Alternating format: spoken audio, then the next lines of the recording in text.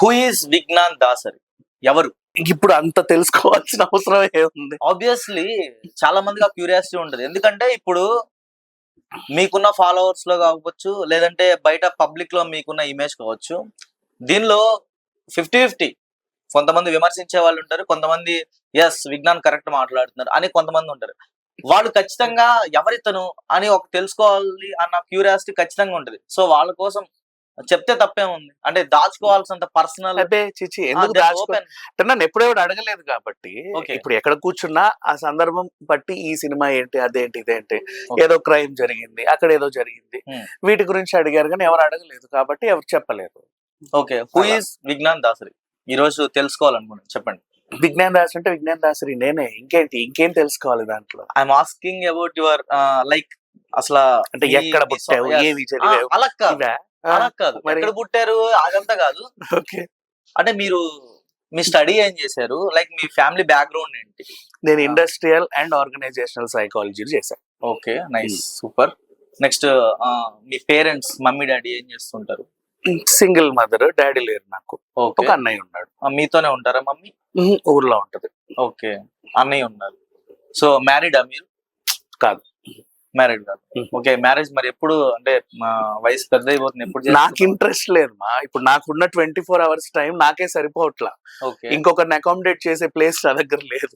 ప్రతి ఒక్కరికి ఉంటది కదా, ఒక ఫ్యామిలీని లీడ్ చేయాలి ఖచ్చితంగా. ప్రతి ఒక్కరికి ఉండాలని రూల్ లేదు మా, అది వాళ్ళ ఇష్టం. వాళ్ళ వ్యక్తిగత జీవితంలో బోల్డ్ అంత ప్లేస్ ఉంటే ఎంతమంది నన్ను అకామిడేట్ చేసుకోవచ్చు వాళ్ళు. నా వ్యక్తిగత జీవితంలో నాకు వేరే ఇంకొకరిని అకామిడేట్ చేయడం కానీ, గంటలు ఫోన్లు మాట్లాడడం కానీ, మెసేజ్లు చేయడం కానీ అస్సలు స్పేస్ లేదు, టైం లేదు. నా ఫోన్ ఇప్పటి వరకు దానికి రింగ్ టోన్ అంటే తెలియదు, ఎప్పుడు సైలెంట్ లోనే ఉంటది. కొన్నప్పటి నుంచి నేను ఫోన్ అనేది వాడుతున్నప్పటి నుంచి ఇప్పటి వరకు అది సైలెంట్ లోనే ఉంటది. నేను ఎవరికైనా చేయాలనుకుంటేనే దాన్ని ముత్తానే తప్పితే నన్ను ఎవడన్నా అప్రోచ్ అవ్వాలి అంటే నా చేతిలో ఉండి నేను అవైలబిలిటీలో ఉంటే ఓకే, లేదంటే నేను మళ్ళీ చూసుకున్నప్పుడే చెయ్యాలి. అయితే మీరు ఎందుకు దీన్ని చూస్ చేసుకున్నారు? ఒక సినిమా క్రిటిక్ ఎందుకు సపరేట్ ఈ డిపార్ట్మెంట్ చూస్ చేసుకుని దీనిపైన మాత్రం ఎందుకు వీడియోస్ చేస్తున్నారు? చిన్నప్పటి నుంచి ఇండస్ట్రీలోనే ఉన్నా నేను. ఓకే, ఇండస్ట్రీలో ఏం చేసేవారు? డబ్బింగ్, యానిమేషన్స్ కి, మనుషులకు చెప్పాల. ఓకే, వింత పాత్రలకి, యానిమేటెడ్ జంతువులకి, వాటికి వీటికి డబ్బింగ్ లో చెప్పా. Okay, Vignan dubbing artist. చాలా బిజీగా తిరిగా. ఎప్పుడు అంటే ఆ టైంలో ఒకప్పుడు నేను చిన్న ఉన్నప్పుడు అంటే మన రామోజీరావు ఒకటే తీసేవాడు, డిస్నీ సంధ్య అని ఈటీవీలో వచ్చేది. తర్వాత కొంచెం మేము ఇండస్ట్రీకి వచ్చిన టైంలో ఏమైందంటే ఈ పోగో, గీగో, కార్టూన్ నెట్వర్క్ అన్ని తెలుగు డబ్బు అయిపోయాయి. 24/7. ఇంతకు ముందు ఛానల్స్ రాత్రి 12 దాటితే ఇంకా బ్లాంక్ ఉండేవి, 24 hours ఉండేవి కాదు. సో అవి విత్ కార్టూన్ 24/7 వచ్చేంత పని పెరిగింది, వాగే వాళ్ళు కావాలా, పైగా యానిమేషన్ లో ఎక్స్పీరియన్స్ ఉన్నోడే కావాలి.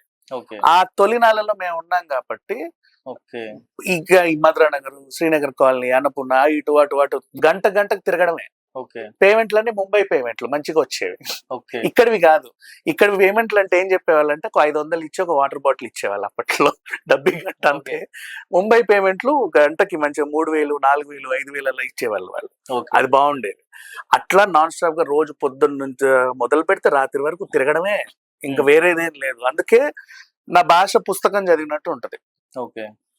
ఇంతే, అట్లా లాంగ్వేజ్ ఒక యాస అనేది ఉండదు.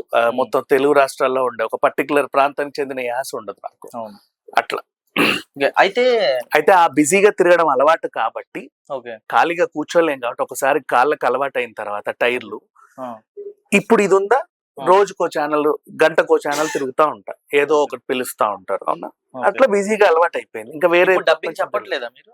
గొంతులు మారిన తర్వాత ఎవడు పిలుస్తాడు మా?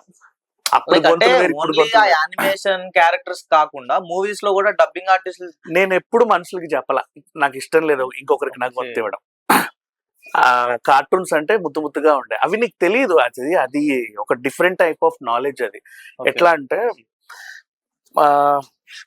ఇప్పుడు ఎట్లా చిన్న వస్తువు, పెద్ద వస్తువు, ఇప్పుడు నేను చిన్నది చిన్నగా పలికానా, పెద్దది పెద్దగా పలికానా?